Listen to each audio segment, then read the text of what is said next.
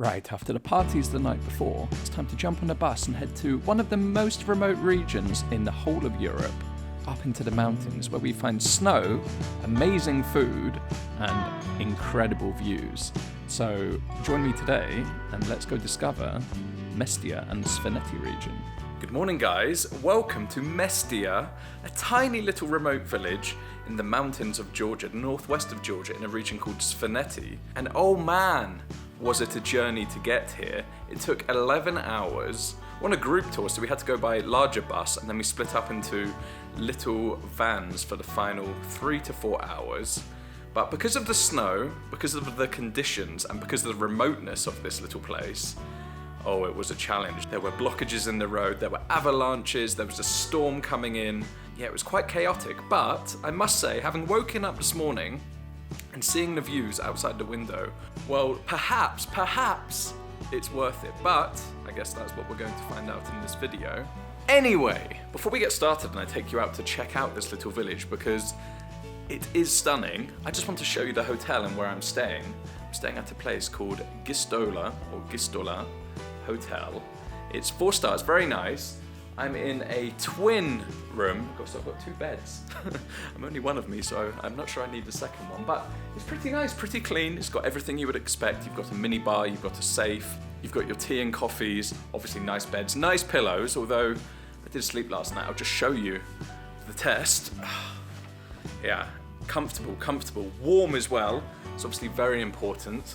And then the bathroom, standard bathroom, nice and clean. You've got the shower and the toilet. Lots of wardrobe space, plenty of space for that. So yeah, cannot complain at the hotel. But if we're talking about the money shot, it's the balcony. And well, it's a big balcony, nice balcony. You can definitely get chairs and tables out here. Maybe not now. However, this is what we came here for. The view, well, not quite, but you get what I mean. The view is absolutely spectacular. You can see the little village over here. It's only about 2,500 people. You can see the towers. I'll tell you more about those when we get out there. But look at that view. Look at the mountains. And we should have mountains all along, but we've got this early morning fog, unfortunately. But you can just start to see the peak up here of these mountains. And we should have mountains all the way down here and on the other side. We are in a valley. We've got glaciers further down here. So it's an incredibly mountainous and stunning region. I'm going to get ready. And then I'm going to take you guys out. And we'll have a little walk around and see what we can find on this early morning in Mestia. Well, views out of the hotel don't get much better than this. Just brought you out. Oh, the dogs are going. Good timing. I just brought you out to have a little look at the town of Mestia. Very small little village up in the mountains of Svaneti, as I mentioned. And a little bit weirdly, I've actually been here a few days now. You see, the day we arrived, there was the heaviest snowfall they've had in years, and it was utter chaos. I do have a little bit of footage from that day, but I thought I'd let things settle down a bit, let people clear the roads, or at least the roads trample down a little bit, let everything get back normal, and then bring you back out and see the town. So here we are. Let me show you around. You can see just how much snow has fallen. I mean, look at this. This is a road. I have never seen so much snow in all of my life. But it does make things a little bit tricky, I must admit, walking around. I've got hiking shoes on and I am still slipping all over the place. Yeah, I'm going to try and get to this coffee shop, if you can see. I'm going to make my way through. And you should always start the day, especially in a cold place, in a coffee shop. All right, first proper stop of the day, and it's a little coffee shop called Ertikava. I wouldn't have expected to find Speciality Coffee up here in the middle of nowhere in the Georgian mountains, but you can. And I'm sure I've seen this brand or this coffee shop in Tbilisi as well. So clearly, as this place has become more popular, they've opened a branch up here. But I'm not complaining because I do like a good specialty coffee. And you would think that the prices were, well, they're going to be much higher than what you would find in Tbilisi, but I think they're pretty much the same. It's the same as what I was paying for specialty coffee down there. I got myself a latte and it was 11 lari, so about £3.30, you know, $4. It's not cheap, it's not super cheap. But you have to remember, it's specialty coffee too, so, well, it's in the tasting, isn't it? Oh, yeah, it's good. There is a big difference between the rough and ready coffee and specialty coffee. I do like to treat myself. Coffee is an important pleasure of my day. Anyway, I was saying about the chaos and carnage before of the snow. Look at this place.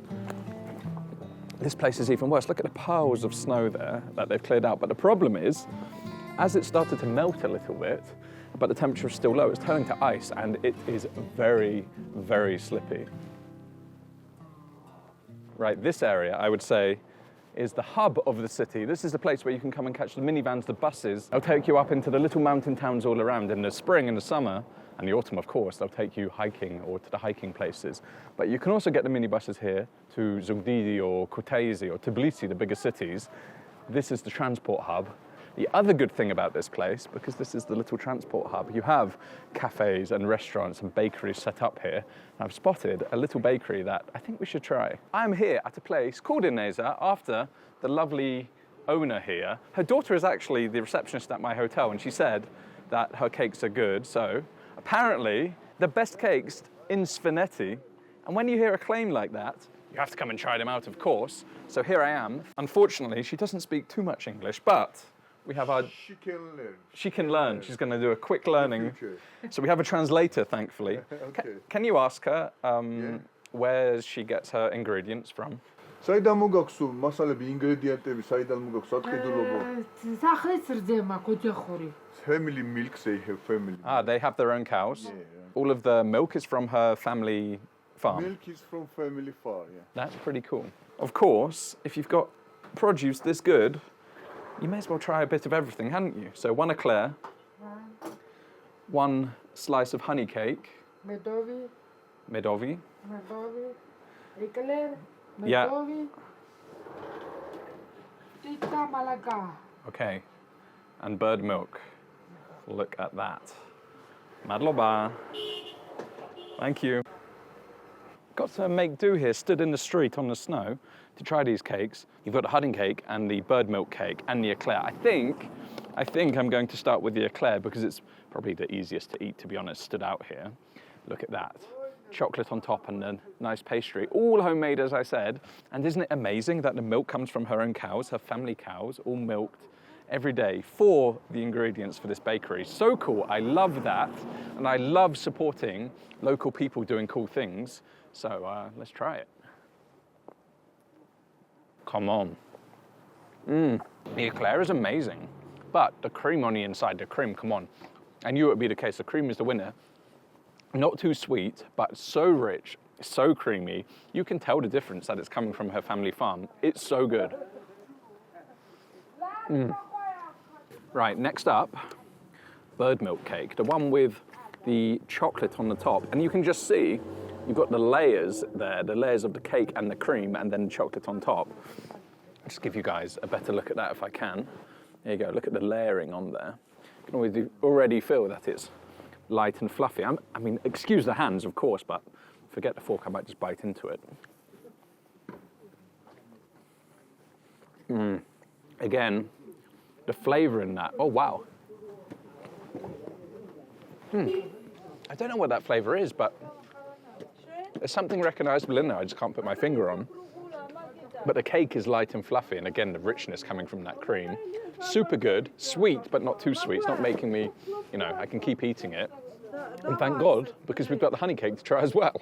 Honey cake, I've saved this one until last because honey cake kind of took my fancy as the favorite. Again, you've got the layers on there, the layers of cake, the cream, but I presume this time it's made with honey, of course. I'm just gonna take a fork of that this time, not be a rude person eating with their hands. Oh wow. The others are good, but seriously, that one might be the winner. And it's not just me who wants some, hello. I would love to give you some, but you can't eat chocolate, sorry mate. And price-wise, about $3 each. I paid $8 for all three. Great value, I would say. Very, very tasty. Check this place out when you're walking through. It's right on the main street as you're walking through on the way to the Svan Towers. Thank you, Madloba means thank you. Thank you very much. Do not miss. Do not miss. Yeah. I forgot her name. Do not miss Ineza when you're in Mestia. Madloba. What I'm loving about this place already is around every corner you have an incredible view of the mountains because we are pretty much covered on both sides by mountains. You can see the view over there and then the view over to those mountains. And let me tell you, you do not get used to them. Every time I catch it, I'm like, wow. But also the buildings here, I mean, they're made out of stone, old traditional style buildings. There are a few buildings that have been built in a more modern style, quicker, I guess, just get buildings up as tourism has started to expand. But I love these stone buildings with the wooden facade as well. Absolutely fitting in this area, I think. And just you wait until you see the stone towers. Oh, almost have to slide. It's just ridiculous. If I catch it on camera of me slipping, I'll leave it on. But yeah, walking around this town is a challenge. It's fun though. I'm trying to find some local bread because you have the traditional bakeries up here, of course. There's some nice bread that I would like to show you, but everywhere is closed. These little windows are shut. It's the second one I've been to and it's closed. I'm here with David from the Svaneti Tourism, and he's trying to show me around, but we can't find one. But what we have found, look who's just appeared, a couple of cows. Not really going to help us with our bread though. Do you know where there's a bakery? You can help us? Oh geez, there's a few cows.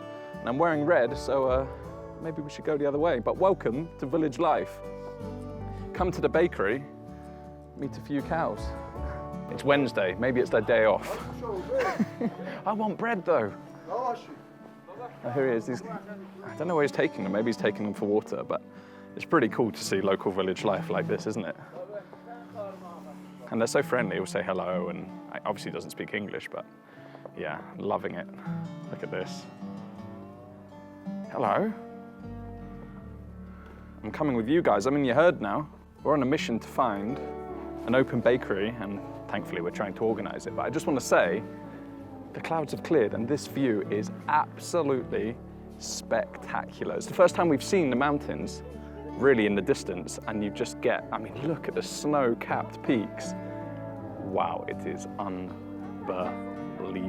Finally, the bakery is open, or a bakery is open. Let's get some bread and watch how he makes it.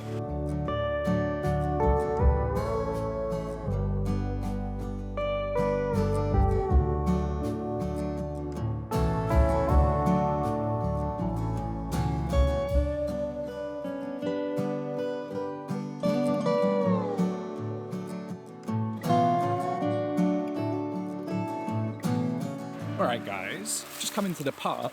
Well, not much of a park, it's totally and utterly snowed over, but came to the park just to show you this bread, this short tea, and we had a look at this in Tbilisi, but this one may look even better. Look at the colour, the golden deliciousness of that. You can see where it's been on the... Oh, hello. Got friends. Can't do anything here without a dog coming. Let's give the dog a bit so it can be happy. Wow. You can hear the crunchiness of that. Let's get rid of the dog. Anyway, you can see where it's pushed against that tonne oven and baked with the charcoal in the bottom. And yeah, you can smell it. It is delicious, sweet smelling bread, crispy on the outside. Just break it open. Oh yeah, I'm all for sharing. But come on, you need to let me eat some too. Let's give him a bit more. Let's give him the crusty bits. There you go, get away. Is it going to see that one? Right, as I say, it's a very simple bread. It's over there, look. I'm losing all of this. There we go. Right, gotta go quick. Right, you can see it's soft and fluffy on the inside. Just look at that. But that outside, cooked by the charcoal, is crisp, crunchy. It's so good. And of course, it's warm. It's warm in my hands. It smells amazing. Very simple, as I said. Just flour, salt, water, and yeast. It's good on its own, but you know, if you had some of that Georgian cheese to go with it and some of those vegetables, because the vegetables here are amazing, guys, here in Georgia. You know it'd be even better. You can just hear the crunch on the outside. I can see why my friend here is so interested, because it truly is delicious. You can fold it up, shove it in your backpack, and go out for the day. Take a few vegetables and meat, and you've got yourself a nice little picnic.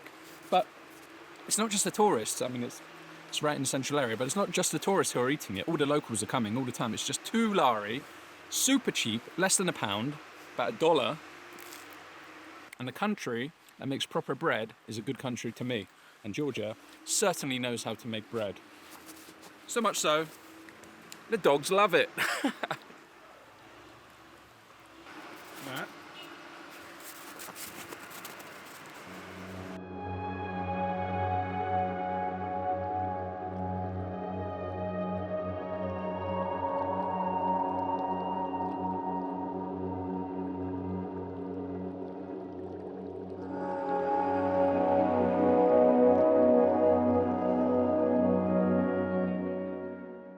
There are street dogs everywhere in Georgia, but particularly in this town, I have never seen so many. Most of them are friendly, I must say. Okay, as they're growling, maybe not. But yeah, if you're a fan of dogs, you're gonna like this place. Right, this place isn't all about pretty views and food. There is a rich and fascinating history to this place too, so let me show you a little bit of that. We're gonna go on a little walk, and I'll show you some of the famous Svan Towers, and also inside one of the houses here. I'm just walking up one of the hills to the Ethnographic Museum, and we're just starting to see some of these Svan Towers that this region is famous for, and they're pretty cool. I'll show you a bit more of them and tell you a bit more about them in a second, but this is my second time to this region. I came here in 2019, and it was autumn, so it looked very different, of course, to this. I wanted to come back and see what it's like in winter, but I'm already getting the feeling, a similar feeling to what I had before, and that is of peace and tranquility. This region, this area just has something about it. It's so far away from, well, not proper civilization, but it is far away from the closest city centres. You can just hear absolute tranquility, and come on, you can't beat the hills in the background. For a view, it's just an incredible place to be, and I'm very, very happy. Is it worth the 11-hour bus ride and van ride to get here? I'm not quite going to say that yet, but let's keep exploring. As you can see behind me, these are the famous Svan Towers that are synonymous in this region of Svaneti. You can find them all over the local villages in the region, and in fact almost every house has one, and you even had to go through the Svan Tower to get to the house in many cases. And whilst they do look like the picture-perfect thing to take the photo of and bring tourism here, they did have a purpose. They were a defensive mechanism for the villages, and for two reasons really. Actually, where we are right now is right on the border with Russia. Just the other side of these amazing mountains is Russia, and historically people from Russia used to come down here and attack these villages. And of course you had infighting between the local villages and clans in the region, so these towers were built as a defensive mechanism for that, for each family, for each village. And you can actually see at the tops of them you have the minarets or the turrets where you can fire arrows or throw rocks or pour boiling water down onto the people below. So whilst they do look very pretty, very, very pretty, with their snow-capped tops, there was another motivation to build these. But now, of course, they're part of the World Heritage Site, and they are amazing to see, especially in the background as well. I just love seeing the mountains in the background and seeing these turrets, these towers. And at night, they do actually light them up, so it looks very, very romantic as you sit on your balcony looking out over the lit up towers. But yes, very important part of this area's history I thought I'd show you. Now, we're gonna go and have a look at the inside of a traditional house.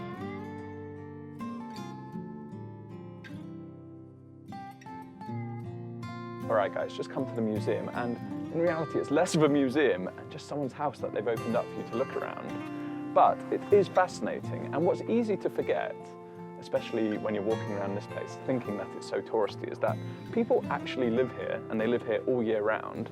And this little museum is showing you what it used to be like before electricity and heating came, although this region of Mestia still does struggle a little bit with electricity and heating.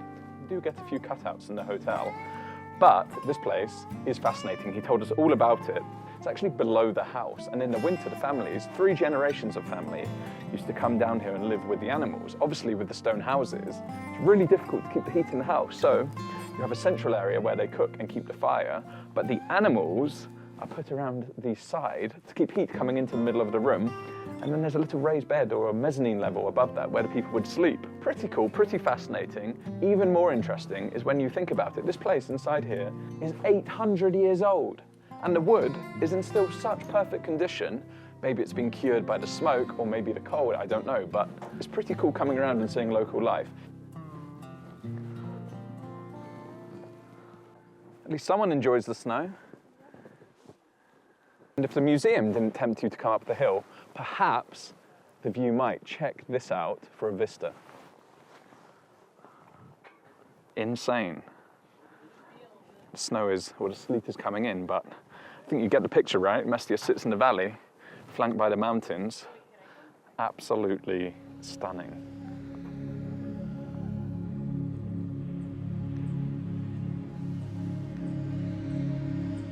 Came down to the bridge to have a look because if there is one view which sums up Mestia, I think this might be it.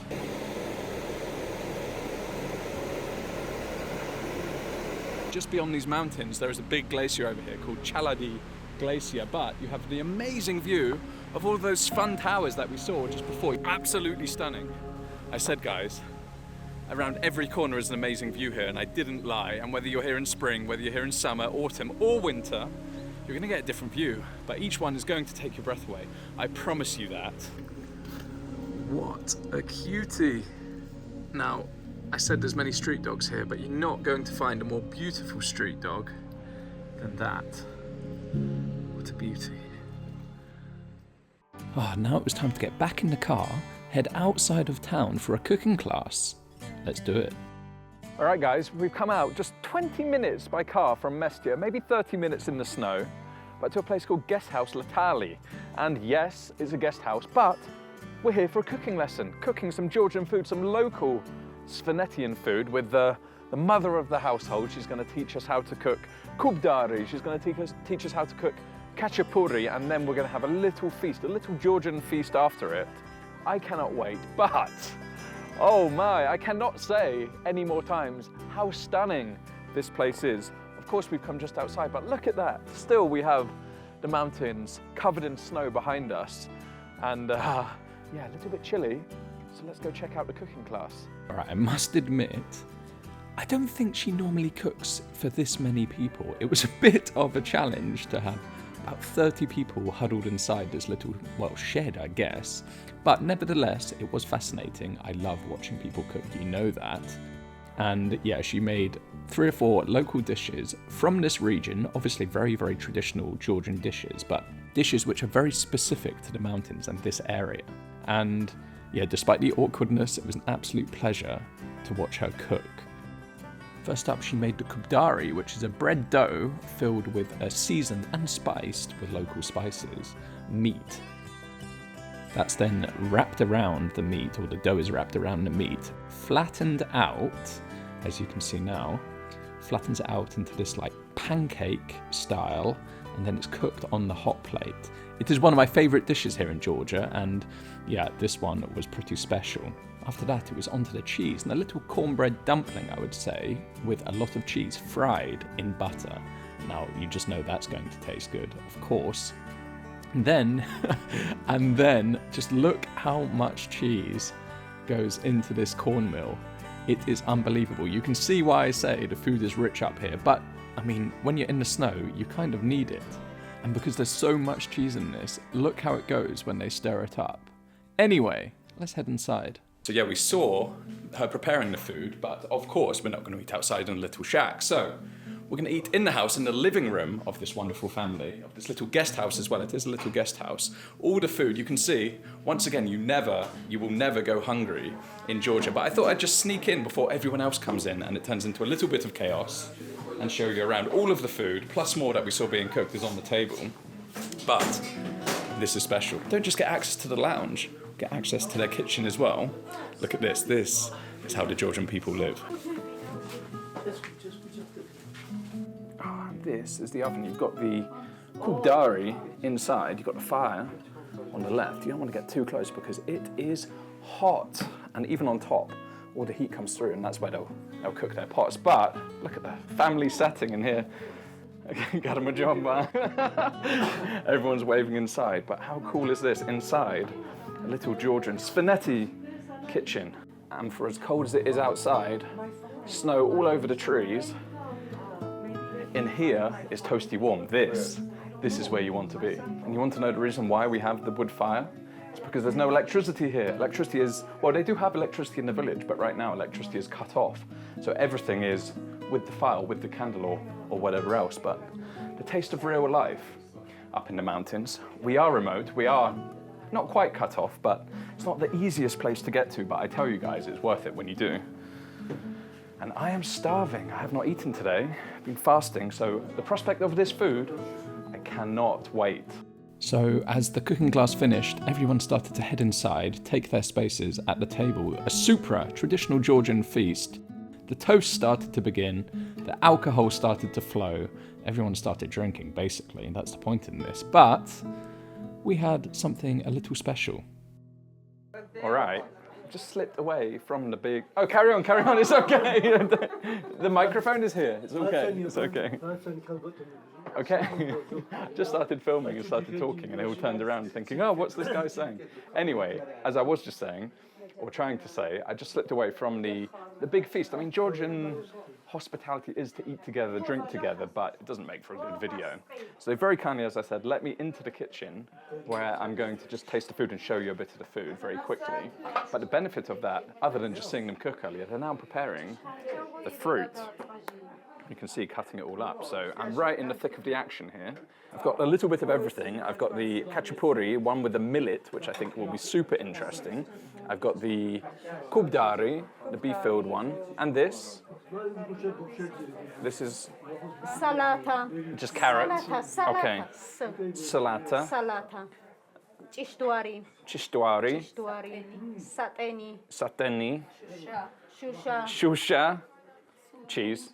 Kweli. Kweli. Sulguni. Sulguni. Okay. Well, that's the expert telling me. How many do you think I'm going to remember? Let's stop talking about it and let's try it. I cannot wait. Proper family cooked food. You cannot beat that. And they're so loving. They're so kind. They're so friendly. If there's a guest house, as I said, I'd be tempted to stay.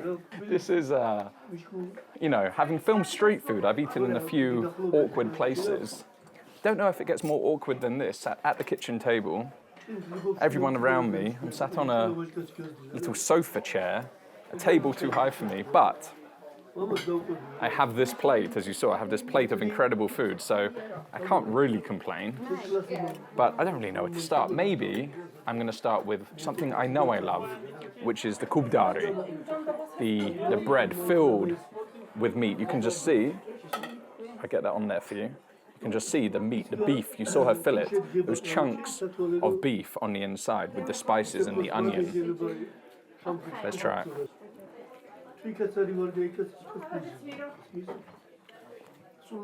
Wow, that kubdari is amazing. Now, obviously, they've prepped for quite a lot of people, so it's not as crisp on the outside as it normally is. It's cooked on that hot plate, and of course, the bread goes crisp. It goes crunchy on the outside.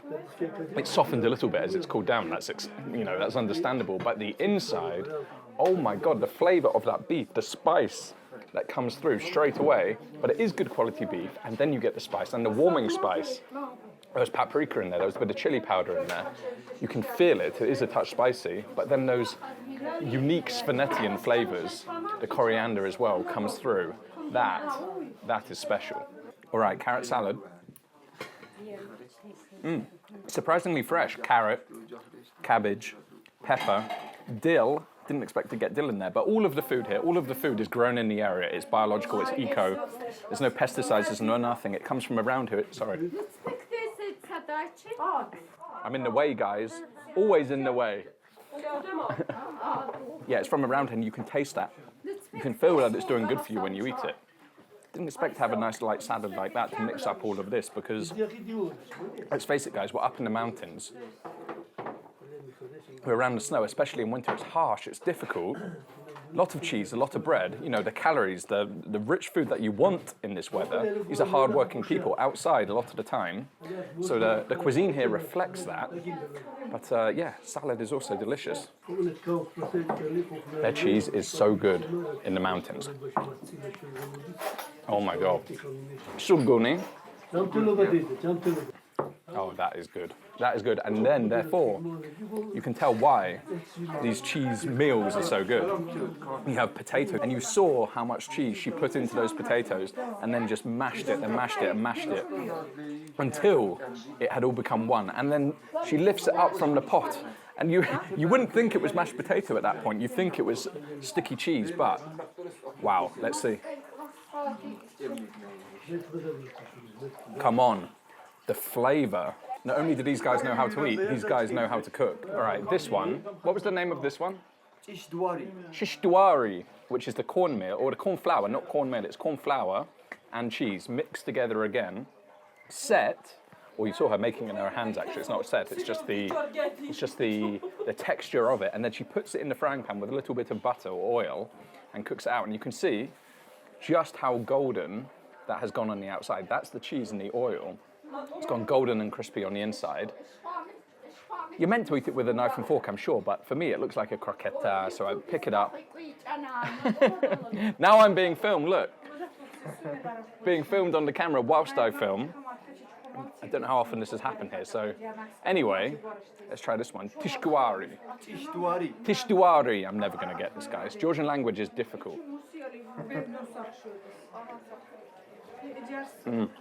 Again, that cheesiness straight away, but it's soft on the inside. Of course, that cheese is melted on the inside, it's warm. The saltiness comes through that cheese, and then the crunch and the umami goldenness on the outside.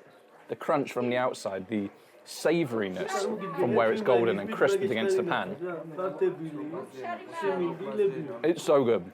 This is this is actually called dari, but this is the khachapuri, the one I've saved until last, and I thought I'd save it until last, but it's super interesting with the millet. But they were just telling me here that normally you don't cut it up into a slice like this. Normally, one person gets one khachapuri and one kubdari.